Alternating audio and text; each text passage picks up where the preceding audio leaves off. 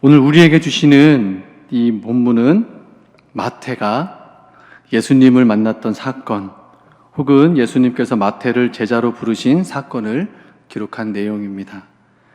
마태복음을 기록한 저자가 마태이기에 어쩌면 오늘 마태 본문의 이 내용은 마태의 자서전적인 기록이라고도 볼 수 있을 것 같습니다.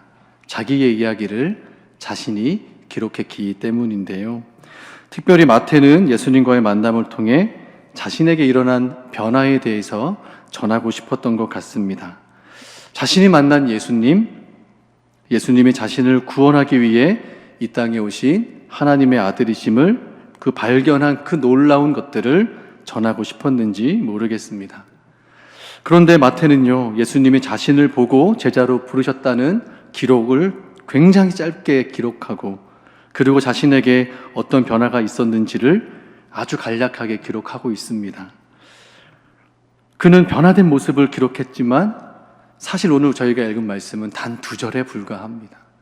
만약 여러분들이시라면, 여러분들이 내가 만난 예수님에 대해서 한번 기록한다면 여러분들은 어떤 내용을 좀 기록하고 싶으십니까? 가끔 제 아내와 제가 은혜에 대해서 나누다가 가끔 이렇게 장난을 치기도 합니다. 제 아내가 책을 한 권을 쓰겠다. 그러면 그 책 제목을 뭐로 할 거냐? 결혼할 때 내 마음은 내 마음이 아니었네 라고 쓰겠답니다. 은혜의 다른 표현입니다. 저는 그렇게 믿고 있는데요.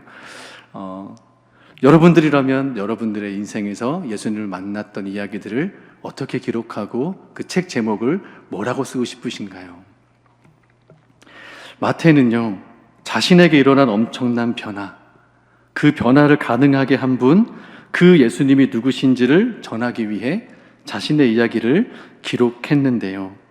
오늘은 그 예수님을 만난 사람에게 일어난 그 변화와 그 변화를 가능하게 하시는 분, 예수 그리스도의 그 복음의 능력에 대하여 그 말씀을 전하고자 합니다.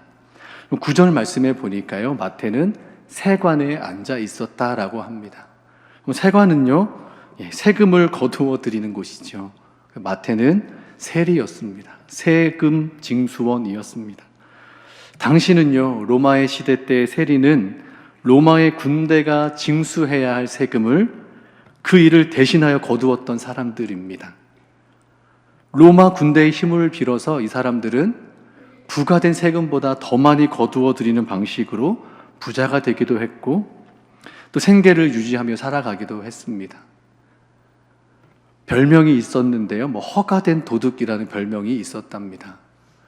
로마의 군대가 부과한 세금보다 더 많이 거두어 왔기 때문이기도 하고, 유대인들의 입장에서는 유대인들의 세금을 걷어서 로마의 군대에다 가져다 주니 그는 썩 좋은 이미지를 갖는 사람은 아니었던 것 같습니다. 성경에 보면 우리는 너무 잘 알지요. 유대인의 입장에서 세리와 창기와 같은 사람들은 모두 다 죄인이요, 더러운 자들이요, 경멸의 대상이었습니다. 그런데 어느 날 예수께서 그 세관 앞을 지나가시다가 마태를 보시고는 나를 따르라 한마디 하셨더니 마태가 일어나 따랐답니다. 그렇게 예수님을 따르는 제자가 되었습니다. 마태는 매우 간략하게 이 한 절의 말씀으로 예수님과의 만남과 그 부르심을 기록했습니다. 그리고 그는 자신이 예수님을 따르며 어떤 삶을 살게 되었는지를 이렇게 기록했지요. 우리 10절 말씀인데요, 우리 성경을 보시고 10절 말씀 같이 한번 읽겠습니다. 예수께서 마태의 집에서 앉아 음식을 잡수실 때에 많은 세리와 죄인들이 와서 예수와 그의 제자들과 함께 앉았더니, 마태가 세관에 앉아 있을 때와 예수님의 부르심을 받고 나서 변화된 모습을 여러분은 발견하셨습니까? 마태가 어떻게 변했는지 우리 9절 말씀과 10절 말씀을 보면서 제가 한 3가지만 말씀드려 볼게요. 첫 번째, 사람들에게 경멸의 시선을 받는 세리였던 그는 9절에서 세리였던 그는 10절에서 예수님의 제자가 되어 있었고요. 두 번째, 세간에 앉아 고독하게 있었던 그는 지금 자신의 집을 개방하고 많은 사람들을 초청하여 어울리고 있습니다. 셋째, 그는 혼자 고독했지만 지금은 사람들과 함께, 주님과 함께 어울리며 즐거운 식사와 교제를 나누고 있습니다. 여러분, 이 변화가 발견되셨나요? 예. 예수님을 만나기 전과 예수님을 만난 후에 마태는 엄청나게 변했습니다. 잠깐 한번 생각해 보면요, 예수님을 만나기 전 마태는 사람들에게 경멸의 시선을 받는 삶의 자리에 있었습니다. 사람들과 어울리는 즐거움을 기대할 수 없었고, 자신의 집에 누군가를 초대할 수 없는 그런 삶을 살았던 사람이죠. 늘 주변의 경계의 시선에 밖에 머물러야 했던 사람입니다. 그렇기 때문에 마태는 굉장히 고립되고 고독함 가운데 살지 않았을까요? 그런 경멸과 경계의 시선에도 유난히 자신을 향한 사랑과 소중함, 따뜻함과 함께하기 원하는 눈빛으로 다가오시는 예수님을 보았을 때 마태는 무엇을 느꼈을까요? 예수님이요, 세간에 앉은 마태를 보셨답니다. 이게 보셨다는 이 말의 헬라어는요, 두 가지 의미가 있습니다. 하나는 그냥 눈에 보이는 겁니다. 여러분, 교회 오시다 보면 저 뒤에 망우산이 보이시죠? 그냥 눈에 보이는 것이라는 식별하는 뜻이 있고요. 또 하나의 의미는 이해하다, 자각하다라는 뜻이 있습니다. 예수님께서 마태를 보셨다는 것은 마태와 눈이 마주치셨을 것이고, 세간에 홀로 앉아있는 마태를 보시며 마태를 이해하셨다라는 뜻이 됩니다. 마치 마태를 가까이에서 살펴보듯이, 밖에서 안을 들여다보듯이 그의 영혼과 마음을 들여다보시고 아셨고 이해하셨다라는 뜻이 됩니다. 그런데요, 그렇게 예수님의 마음을 느꼈을 법한 마태가 무언가 예수님의 시선이 닿았을 때 그분의 어떤 시선에 대해서 무언가 느꼈을 법한 마태가 성경에는 어떤 것도 기록하지 않았습니다. 그저 그는 변화된 삶, 그 모습 하나만 기록하고 있습니다. 그런데 마태는 예수님과의 만남과 부르심을 통해서 자신에게 일어난 일이 무엇인지를 직접적으로 설명하지는 않았지만, 변화된 자신과 예수님을 향해 비난하는 바리새인들의 말에 대답하시는 예수님의 말씀을 통해 자신에게 일어난 일이 무엇인지를 우리에게 들려주고자 했던 것 같습니다. 11절 말씀인데요, 같이 한번 읽어보겠습니다. 바리새인들이 보고 그의 제자들에게 이르되 어찌하여 너희 선생은 세리와 죄인들과 함께 잡수시느냐. 여러분, 바리새인들은요, 처음부터 이렇게 나쁜 사람들이 아니었습니다. 바리새파, 에세네파, 열심당, 이런 유대인들이 하나의 이렇게 종파를 만들었던 이유는 성전이 무너지고 나라를 빼앗겼을 때 더 이상 하나님이 우리와 함께 하실 것 같지 않은 그런 시대에 율법의 정체성을 통해서 하나님의 백성임을 지켜가고자 했던 사람들입니다. 시작은 그러했습니다. 그런데 시간이 지나면서 율법에 자신들의 생각을 더하고 율법에 있던 것들을 빼내면서 그들은 그들이 만들어온 율법을 지키기 시작하며 변질되었던 것이죠. 그래서 그들은 율법을 지키면 의인, 율법을 지키지 않으면 죄인이라는 틀을 만들어 놓고 사람들을 바라보았습니다. 사람을 율법이라는 것을 지키고 안 지키는 것이라는 그 틀을 놓고 판단한 것이죠. 여러분, 우리가 요즘 쓰는 말 중에 프레임이란 말을 많이 씁니다. 프레임. 이게 무슨 말이냐면요, 여러분 집에 액자 있으시죠? 여러분 귀한 사진들 이렇게 벽에 걸거나 탁상에 놓을 때 액자에 두지 않습니까? 그 프레임이라는 것이요, 액자 틀을 말합니다. 그러니 이 프레임이라는 것이 요즘에 어떻게 사용되는 거냐면 생각의 틀과 사고의 틀로 그 사람을 놓고 본다라는 뜻입니다. 그래서 우리가 바리새인들의 율법의 프레임은 어떻게 이해할 수 있냐면, 그들의 사고의 안에 있으면 그들은 의인이 되고 그들의 사고 밖에 있으면 죄인이 된다는 것을 알 수 있습니다. 오늘 뭐라고 얘기해요? 죄인과 세리들과 어찌 밥을 먹느냐. 밥을 먹는다라는 건 무슨 뜻이에요? 여러분, 식사하시거나 누군가 식사를 하거나 밥을 먹을 때 어떤 사람들이랑 식사를 하십니까? 나와 관계를 인정하고 받아들인 사람들과 식사를 합니다. 그런 뜻이거든요. 그냥 지나가다가 밥 한번 먹는 사이가 아니고요. 나와의 관계 속에 들어와 있는 나의 지인으로서 이 사람들을 받아들였다는 뜻입니다. 어찌 그들과 어울릴 수 있느냐 이렇게 말씀한 겁니다. 그 말을 들은 예수님 대답하시죠. 12절 말씀이요. 함께 읽겠습니다. 예수께서 들으시고 이르시되 건강한 자에게는 의사가 쓸데없고 병든 자에게라야 쓸데있느니라. 계속해서 13절 말씀도 읽습니다. 너희는 가서 내가 긍휼을 원하고 제사를 원하지 아니하노라 하신 뜻이 무엇인지 배우라. 나는 의인을 부르러 온 것이 아니요 죄인을 부르러 왔노라 하시니라. 아멘. 그럼 예수님 뭐라고 말씀하십니까?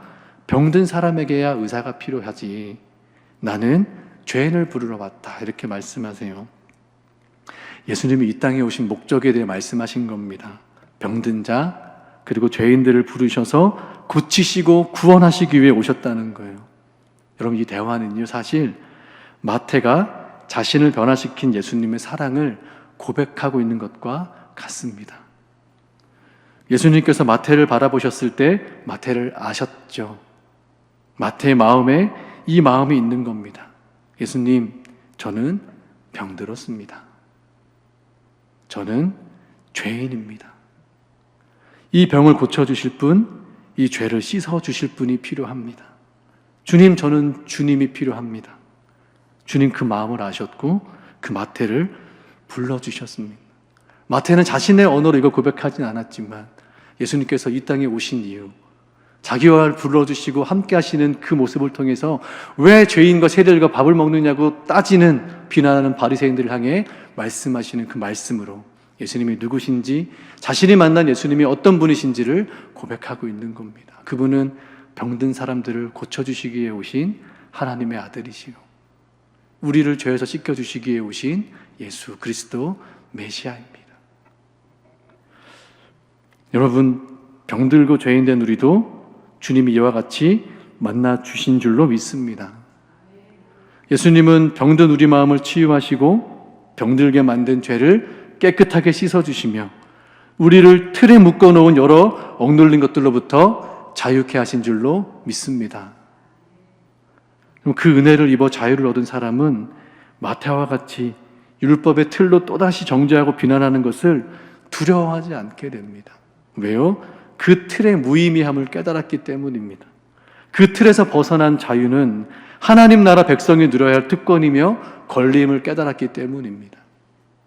그는 매우 간결하게 자신이 만난 예수님에 대하여 기록했지만 저는 그 안에 두 가지 단어가 있는 것 같습니다. 먼저는 예수님을 만난 울림, 그리고 예수님과 함께 살아가는 어울림이 있다고 묵상됩니다. 여러분 주님을 만나셨습니까?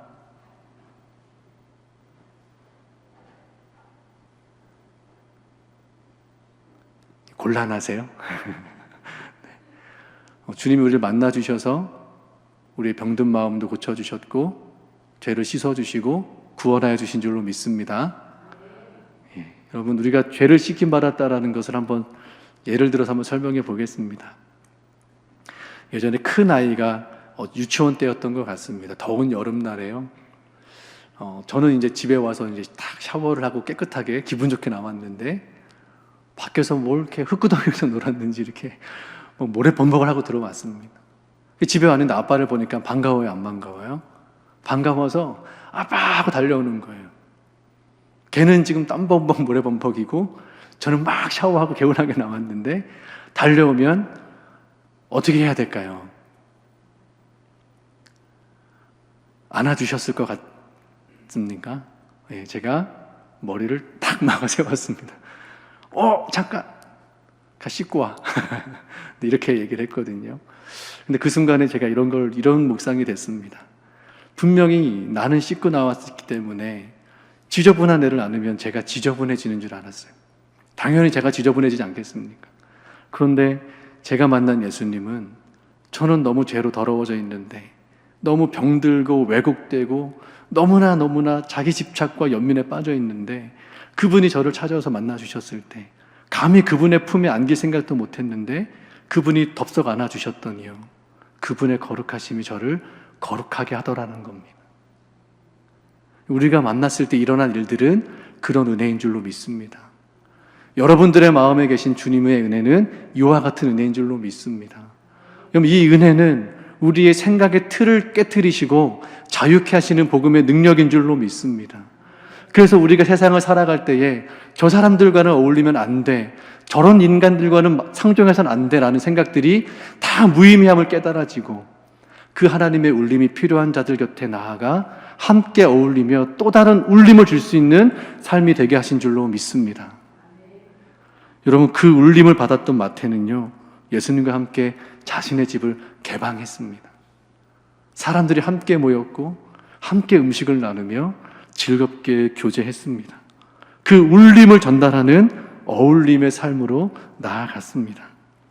사랑하는 망우교회 성도 여러분, 여러분 마음에 나의 병든 마음을 고치시고 더러운 죄에서 씻어주신 주 예수님의 사랑과 은혜의 울림이 여전히 진동하고 계십니까? 혹시 그 울림이 멈춰지거나 그 울림이, 그 진동이 느끼지 않을 만큼 희미해져 있지는 않으십니까? 예수님의 사랑의 울림이 있는 사람이 어울림을 가능하게 합니다. 그 사랑의 울림을 경험한 그 울림을 다른 이들에게 나눠줄 수 있습니다. 그 사랑의 울림 때문에 사람들의 틀에 박힌 사고의 틀을 깨고 나와 진정한 복음의 자유를 누릴 수 있습니다. 예수님께서 주신 그 사랑의 울림은 또 다른 어울림이 되게 하고 그 어울림을 통하여 울렸던 또 다른 울림은 계속해서 확장되어져서 결국 하나님의 구원이 이 땅에 이루어지기까지 퍼져갈 줄로 믿습니다. 울림이 어울림이 되게 하고 어울림이 또 다른 울림이 되는 삶, 여러분 우리 그렇게 살아가야 하지 않을까요? 주님은요, 마태를 부르셨고 먼저 울림을 주셨고 어울림의 자리로 부르셨고 함께 하셨습니다. 그렇다면 주님은 우리가 울림과 어울림의 삶을 살아가기를 원하시는 줄로 믿습니다. 그래서 우리가 병들고 죄인 되었을 때 먼저 사랑해 주신 예수님, 우리를 통해 여전히 사랑으로 우리에게 주어진 세상으로 흘러들어가 그 속에서 하나님의 영광이 되기를 원하시는 줄로 믿습니다. 우리가 그 은혜의 울림에 보답하여 누군가에게 또 예수님의 사랑으로 울림이 되고 그 속에서 그 어울림을 통하여 하나님의 나라를 보여주는 그런 응답되어지는 삶을 살아갈 수 있기를 간절히 소망합니다. 그럼 망우교회 하나님의 사랑이 울림이 되는 교회로 세워가실 줄로 믿습니다. 우리 성도들을 통해 이 어울림을 통해 계속해서 하나님의 사랑으로 세상을 울리게 하실 줄로 믿습니다. 그러기 위해서는 이제 저희가 먼저 그 떨림과 울림의 감격이 회복되어야 합니다. 우리 이 시간에요, 주신 말씀을 가지고 좀 기도의 자리로 나아가기를 원합니다.